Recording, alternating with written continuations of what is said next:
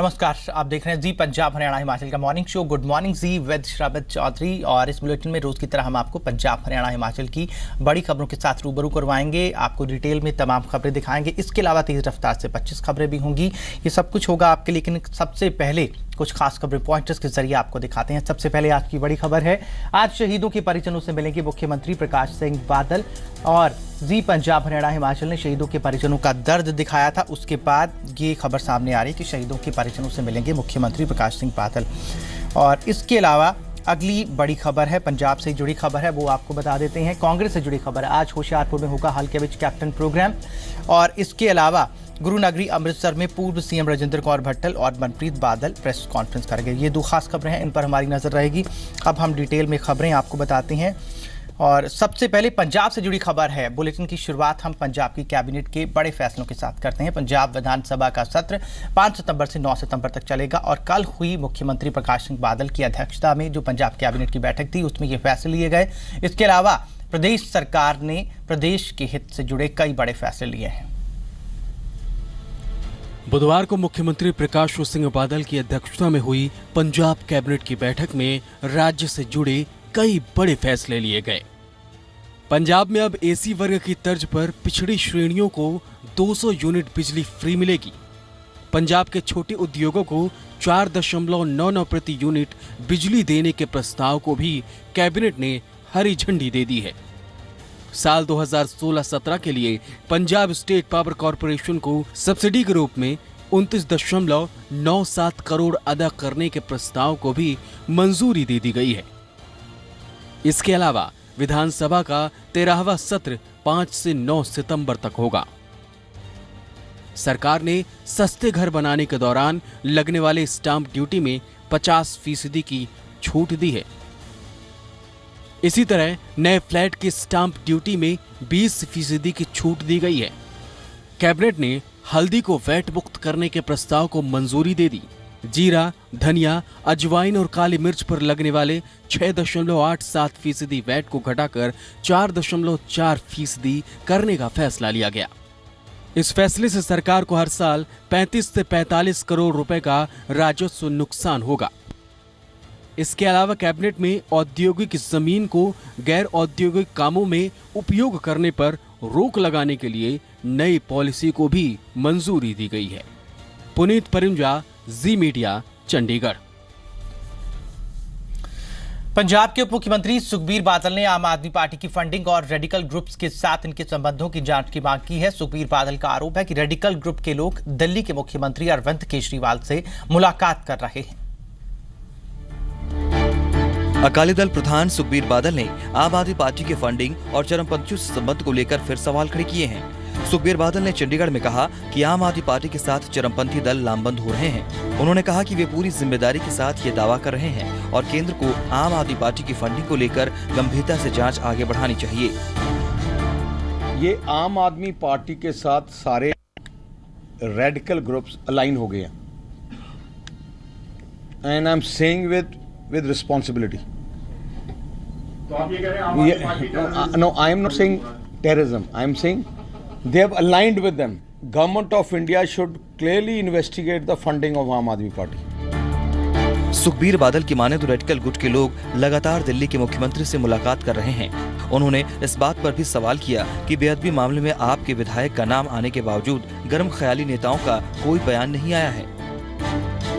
The radical groups of Punjab have been regularly meeting Kejriwal. What is the purpose of Delhi Chief Minister meeting radical groups in Punjab? Radical groups the support, ਉਹਨਾਂ ਦੀ statement Bhai Mohkam Singh ਤੇ ਜਿਹਨੇ ਆ ਜਿਹੜੇ ਤੁਸੀਂ ਕੱਲ ਦੇਖਿਆ ਹੋਣਾ ਜਦੋਂ ਬੇਅਦਬੀ ਕੀਤੀ ਆਮ ਆਦਮੀ ਪਾਰਟੀ ਗੁਰੂ ਗ੍ਰੰਥ ਸਾਹਿਬ ਜੀ ਮਹਾਰਾਜ ਦੀ, ਕਿਸੇ ਵੀ ਰੈਡੀਕਲ ਗਰੁੱਪ ਤੇ ਖਾਸ ਕਰਕੇ ਜਿਹੜੇ 5 ਜਥੇਦਾਰ ਉਹਨਾਂ ਨੇ ਫਰਾਡ ਬਣਾਏ ਸੀ, ਕਿਸੇ ਨੇ ਉਹਨਾਂ ਨੂੰ ਕੰਡੈਮ नहीं ਕੀਤਾ। इससे पहले भी सुखबीर बादल आम आदमी पार्टी को मिलने वाली फंडिंग और रेडिकल गुटों से संबंधों को लेकर टिप्पणी कर चुके हैं। चंडीगढ़ से जगतार भुल्लर, जी मीडिया। सुखबीर बादल ने आम आदमी पार्टी की फंडिंग को लेकर सवाल उठाए, तो वहीं सुखबीर बादल को जवाब देने में आम आदमी पार्टी ने देर नहीं लगाई और पार्टी के नेता दिलीप पांडे ने सबूत सामने लाने की चुनौती दी। सुखबीर बादल पहले भी ये बयान दे चुके हैं। इस बार उन्होंने बयान दोहराया तो आम आदमी पार्टी के नेताओं ने उन पर दोहरा जुबानी हमला बोल दिया। दिल्ली में आम आदमी पार्टी की प्रेस कॉन्फ्रेंस में दिलीप पांडे ने मोर्चा संभाला। उन्होंने पंजाब के डिप्टी सीएम को सबूत सामने लाने की चुनौती दी और ऐसा नहीं करने की सूरत में बेबुनियाद बयान देने से बाज आने की नसीहत भी दी। आरोप लगाने से बाज आना चाहिए। जो भी एलिगेशन है उसमें एविडेंस प्रस्तुत कीजिए, जनता के सामने उठा के जेल में डाल दीजिए। आप ऐसा इसलिए नहीं कर पा रहे क्योंकि आपके पास तथ्य नहीं है, आपके पास फैक्ट्स नहीं है। उधर अमृतसर में वकील और आम आदमी पार्टी के नेता एच.एस. फूलका ने सुखबीर को निशाने पर लेते हुए उनके बयान की खिल्ली उड़ाई। सुखबीर बादल तो मैं भी रेडिकल लगता जी, उन्होंने तो आप भी रेडिकल लगते ने। और सुखबीर बादल ने कहता की है बिल्कुल बेबुनियाद, कोई दम नहीं। दरअसल अकाली दल और कांग्रेस सूबे में सियासी खाता खोलने की कोशिश में जुटी आम आदमी पार्टी पर पंजाबियों को गुमराह करने का आरोप भी लगाते रहे हैं। दिल्ली से पंकज कपाही के साथ राजन गोसाई, जी मीडिया, अमृतसर। आगे बढ़ेंगे। स्वराज अभियान की दिल्ली सरकार पर शराब के ठेके खोलने के खुलासे पर जहां एक तरफ सियासी घमासान जारी है तो वहीं दूसरी तरफ स्वराज अभियान इसको लेकर दिल्ली सरकार के खिलाफ मोर्चा खोल चुका है और बुधवार को स्वराज अभियान के सदस्यों ने दिल्ली के कोटला मुबारकपुर में स्थानीय लोगों के साथ मिलकर केजरीवाल सरकार के खिलाफ हल्ला बोला। दिल्ली सरकार के खिलाफ स्वराज अभियान ने मोर्चा खोल दिया है। ये तस्वीरें दिल्ली के कोटला मुबारकपुर की है, जहां स्वराज अभियान ने स्थानीय लोगों के साथ मिलकर दिल्ली की केजरीवाल सरकार के खिलाफ हल्ला बोला। दरअसल आरटीआई के जरिए ये खुलासा हुआ है कि इस बार सत्ता में आने के बाद दिल्ली की केजरीवाल सरकार ने नशे पर रोक लगाने की बजाय जमकर शराब ठेकों के लाइसेंस बांटे हैं। दिल्ली में 15 फरवरी 2015 से 4 जून 2016 के बीच 58 नए ठेके खोले गए हैं। जी मीडिया संवाददाता ने कोटला मुबारकपुर के लोगों से बातचीत की तो उन्होंने बताया कि शराब के ठेके खुलने की वजह से उन्हें कई तरह की परेशानियों का सामना करना पड़ रहा है। मजदूरों के बच्चे और माइयों के बच्चे और बड़े लोगों के बच्चे पी पी के वही बोतलें तोड़ते हैं, आपस में पैसों के लिए लड़ते हैं, आती जाती लड़कियों को छेड़ते हैं। लेकिन यहाँ के जो विधायक हैं वो इस चीज पे कोई ध्यान नहीं दे रहे हैं। सरकार किस तरह से शराब माफिया के दबाव में है, मुनाफाखोरों के दबाव में है, वो जनता को छोड़ के बाजारू शक्तियों के हाथ में है। ये बहुत ही बिगड़ी हुई दिल्ली की एक दुर्दशा हमको दिखाई देती है। इस मामले मोहल्ले में चोरी की वारदातें बढ़ गई हैं और महिलाओं का घर से बाहर निकलना मुश्किल हो गया है। स्वराज अभियान के मुताबिक फरवरी 2015 से पहले दिल्ली में कुल 595 ठेके थे, जिससे सालाना रेवेन्यू तकरीबन 830 करोड़ रुपए था। लेकिन अब शराब से कमाई 1500 करोड़ के आंकड़े को पार कर सकती है। वहीं इस पर आम आदमी पार्टी का क्या कहना है, आइए आपको सुनवाते हैं। मुझे लगता है कहीं अगर इलीगल और सरकार द्वारा स्थापित किए गए पैरामीटर्स को वायलेट करते हुए कोई शराब का ठेका खुला हुआ है तो उसकी प्रक्रिया है, आप विभाग में जाएं, वहां पे कंप्लेन दें अगर नॉर्म्स वायलेट होते हैं तो। स्वराज अभियान की दलील है कि केजरीवाल ने दिल्ली चुनाव से पहले वादा किया था कि बिना लोगों की सहमति से दिल्ली के किसी इलाके में शराब की नई दुकानें नहीं खुलेंगी। लेकिन कोटला मुबारकपुर में लोगों के भारी विरोध के बावजूद शराब का ठेका खोल दिया गया। जाहिर है कि स्वराज अभियान ने केजरीवाल को उन्हीं के चक्रव्यूह में घेर दिया है। पंकज कपाही, जी मीडिया, दिल्ली। पंजाब के मुख्यमंत्री सुखबीर बादल ने पाकिस्तान की खुफिया एजेंसी आईएसआई पर पंजाब में अशांति फैलाने की साजिश का आरोप लगाया है। सुखबीर बादल का कहना है कि पाकिस्तान की खुफिया एजेंसी आईएसआई पंजाब में माहौल बिगाड़ने की कोशिश में जुटी है। पंजाब के deputy CM Sukhbir Badal Pakistani intelligence agency ISI पर जमकर बरसे। उन्होंने दावा किया कि आईएसआई पंजाब को अशांत करना चाहती है। इस मकसद से कुछ बड़े नेताओं को टारगेट किया जा सकता है। साथ ही उन्होंने बेअदबी कराने के मामलों के लिए भी आईएसआई को आड़े हाथों लिया।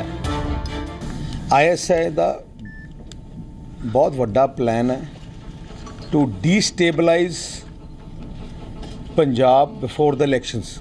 दे वांट टू, उन्होंने प्लान बनाया है कि इंपॉर्टेंट ਇੱਕ ਤਾਂ ਲੀਡਰਸ ਨੂੰ ਟਾਰਗੇਟ ਕੀਤਾ ਜਾਏ, ਸੈਕੂਲਰਿਜ਼ਸ कराई जान।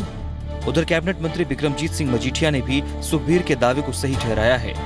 मजीठिया के मुताबिक पाकिस्तान काफी समय से पंजाब और कश्मीर को डिस्टेबलाइज करने की कोशिश में जुटा है।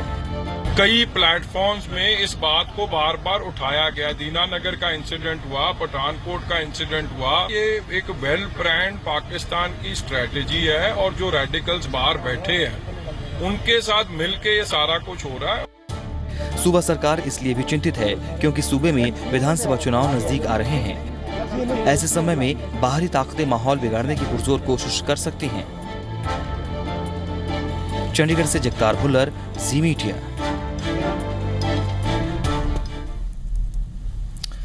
पंजाब के कैबिनेट मंत्री मदन मोहन मित्तल ने आरएसएस नेता जगदीश गगनेजा पर हमले को पंजाब का माहौल बिगाड़ने की कोशिश करार दिया। उन्होंने कहा कि आरएसएस नेता को साजिश के तहत निशाना बनाया गया और कुछ ताकतें चुनाव के मद्देनजर शांति भंग करने की कोशिश में जुटी हैं। पंजाब के कैबिनेट मंत्री मदन मोहन मित्तल लुधियाना के डीएमसी हॉस्पिटल पहुंचे। यहां उन्होंने आरएसएस नेता जगदीश गगनेजा के परिवार और डॉक्टरों से मुलाकात की। इस दौरान गगनेजा की सेहत में हो रहे सुधार के बारे में भी उन्होंने जानकारी ली। इसके बाद मीडिया से मुखातिब होते हुए उन्होंने कहा कि आरएसएस नेता को साजिश के तहत निशाना बनाया गया है और कुछ ताकतें चुनाव के मद्देनजर शांति भंग करने की कोशिशों में जुटी हैं। और जिन्होंने लोगों ने किया ਉਹਦੇ ਪਿੱਛੇ ਸਾਜ਼ਿਸ਼ है पंजाब की अमन शांति ਨੂੰ ਭੰਗ ਕਰਨ ਵਾਸਤੇ। वहीं सूबे के डिप्टी सीएम ने बताया कि जांच सही दिशा में आगे बढ़ रही है और फिलहाल कोई भी बयान देने से जांच प्रभावित हो सकती है। इन्वेस्टिगेशन चल रही है, our teams are working, 10 separate special teams लगी हैं। सारियां चीज़ों को असी डिज़ाइन करके सारा देख रहे हैं। सो हले मैं कुछ भी नहीं कहना चाहता एट दिस पॉइंट बिकॉज बड़ी क्रूशल स्टेज पे इन्वेस्टिगेशन है। जगदीश गगनेजा पर शनिवार को जालंधर में जानलेवा हमला हुआ था। इसके बाद आरोपियों को पकड़ने की मांग को लेकर पंजाब बीजेपी नेता सूबे के सीएम और केंद्रीय गृह मंत्री से मुलाकात कर चुके हैं। चंडीगढ़ से जगतार भुल्लर के साथ लुधियाना से ब्यूरो रिपोर्ट, जी मीडिया। पंजाब में अकाली दल के कुनबे में इजाफा हो गया है। मोहाली के मेयर कुलवंत सिंह फिर से अकाली दल में शामिल हो गए। इस मौके पर प्रदेश के उप मुख्यमंत्री सुखबीर बादल ने मोहाली को अगले 3 सालों में देश का नया आईटी और एजुकेशन हब बनाने का ऐलान किया। पंजाब के डिप्टी सीएम इससे पहले अमृतसर शहर की तस्वीर बदलने की बात कई बार कह चुके हैं, लेकिन इस बार यही बात उन्होंने मोहाली के विकास को लेकर कही है। सुखबीर बादल का दावा है कि अकाली सरकार ने मोहाली का नक्शा बदल कर रख दिया है। शहर के विकास पर 1000 करोड़ से ज्यादा खर्च किया जा चुका है और आने वाले 3 सालों में मोहाली को देश का आईटी और एजुकेशन हब बना देंगे। मोहाली दी डेवलपमेंट असी पिछले 7 सालों पिछले 9 सालों मन लगता घट तो घट 1000 करोड़ तो वध असी कल्ले मोहाली शहर चलाया। 350 करोड़ तो हुण दिता है।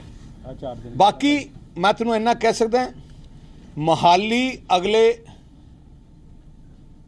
2-3 सालों इंडिया का बहुत वड्डा आईटी हब बन जाना है, बहुत वड्डा एजुकेशन हब बन लग्या। डिप्टी सीएम यही नहीं रुके, उन्होंने पूर्व कांग्रेस सरकारों पर मोहाली की अनदेखी करने का आरोप भी मढ़ दिया। जो भी कुछ मोहाली चाहे उदों ही होया जो अकाली दल की सरकार है। मैं तुम्हें अज क्लीयर कर दूँ, एक भी निशानी मैं कह नहीं सकता, एक भी निशानी जे कांग्रेस दे सरकार दे दौरान कोई चीज इत्थे कीती हो। दरअसल मौका मोहाली के मेयर कुलवंत सिंह के फिर से अकाली दल में शामिल होने का था, जो बीते कुछ समय से अकाली दल से दूरी बनाए हुए थे। थोड़े समय वास्ते जे बाहर सैर सूर करन गए सी ते वापस आ गए हैं। मोहाली नगर निगम चुनाव के दौरान टिकटों के बंटवारे को लेकर कुलवंत सिंह नाराज हो गए थे, लेकिन अब फिर से वापसी कर ली है। जगतार भुल्लर, जी मीडिया, चंडीगढ़।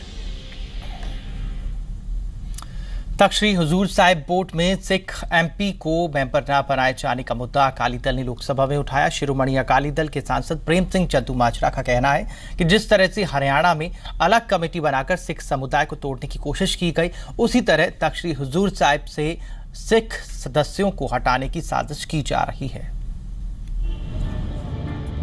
तख्त हजूर साहिब बोर्ड में सिख सांसद को शामिल न किए जाने पर एक बार फिर से अकाली दल ने लोकसभा में मुद्दा उठाया।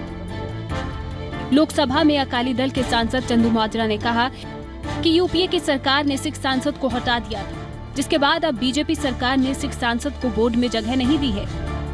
अकाली दल का आरोप है कि हरियाणा की तरह हजूर साहिब में भी सिख संगठन को बांटने की कोशिश की जा रही है। जैसे हरियाणा में सिखों की बॉडी को कैप्चर करने के लिए बंटवारा किया, ऐसे इस तख्त में अपने लोग लाने के लिए चिट्ठी पत्र जो यहाँ पार्लियामेंट अफेयर मंत्रालय के पास भेजे नहीं है, वहाँ कहते हुए हमने भेज दे, हमें कोई मालूम नहीं है। अकाली दल के सांसद चंदूमाजरा ने इस मामले में केंद्र महाराष्ट्र सरकार को चिट्ठी लिखकर सिख सांसद को बोर्ड में शामिल होने के बारे में हिदायत दी। तो सरकार वहाँ बनी है, उन्होंने अपने 2 लोग वहाँ नॉमिनेट कर दिए। मैं सरकार से विनती करता हूँ कि ये 2 मेंबर यहाँ से चुने जाएं, वो विड्रा किए जाएं, तो इससे हमारे सिख समाज की इच्छा पूरी हो। तख्त पटना साहिब और तख्त हजूर साहिब ये दोनों पंजाब से बाहर हैं। इन दोनों जगहों पर एसजीपीसी सीधे तौर पर दखल नहीं कर सकती। हालांकि पटना साहिब पर अब अकाली दल के मेंबर काबिज हो गए हैं, लेकिन हजूर साहिब बोर्ड के सदस्य सरकार की ओर से नियुक्त किए जाते रहे हैं। अकाली दल इस मामले को लेकर हमेशा ही विरोध करता रहा है। एक बार फिर से ये मुद्दा संसद में गूंजा है। ब्यूरो रिपोर्ट, जी मीडिया। हरियाणा से राज्यसभा सदस्य डॉक्टर सुभाष चंद्रा ने अंबाला में डीएवी कॉलेज के प्रशासनिक कॉम्प्लेक्स का उद्घाटन किया। इस मौके पर अंबाला के विधायक ने डॉक्टर चंद्रा को सम्मानित किया और इस दौरान डॉक्टर चंद्रा ने यहां छात्र छात्राओं से इंटरैक्शन के दौरान उनके सवालों के जवाब दिए और जीवन में कामयाब होने के गुर भी सिखाए। इसके अलावा मंच से डॉक्टर चंद्रा ने जीएसटी बिल के फायदे भी बताए। राज्यसभा सांसद चुने जाने के बाद आज पहली बार अंबाला पहुंचे डॉक्टर सुभाष चंद्रा का अभिनंदन किया गया, जहां अंबाला शहर से विधायक असीम गोयल, सांसद रतनलाल कटारिया व राज्य मंत्री नायब सैनी सहित कई गणमान्य व्यक्ति मौजूद रहे। राज्यसभा सदस्य डॉक्टर सुभाष चंद्रा का अंबाला पहुंचने पर जोरदार स्वागत हुआ। डॉक्टर चंद्रा यहां अभिनंदन समारोह में शिरकत करने पहुंचे थे। इस मौके पर डॉक्टर चंद्रा ने डीएवी कॉलेज के एडमिनिस्ट्रेटिव ब्लॉक का उद्घाटन किया। कार्यक्रम में अंबाला सिटी विधायक असीम गोयल, राज्य मंत्री नायब सैनी, सांसद रतनलाल कटारिया सहित कई नेता मौजूद रहे। डॉक्टर चंद्रा ने यहां छात्र छात्राओं से इंटरैक्शन के दौरान उनके सवालों के जवाब दिए और जीवन में कामयाब होने के गुर भी बताए।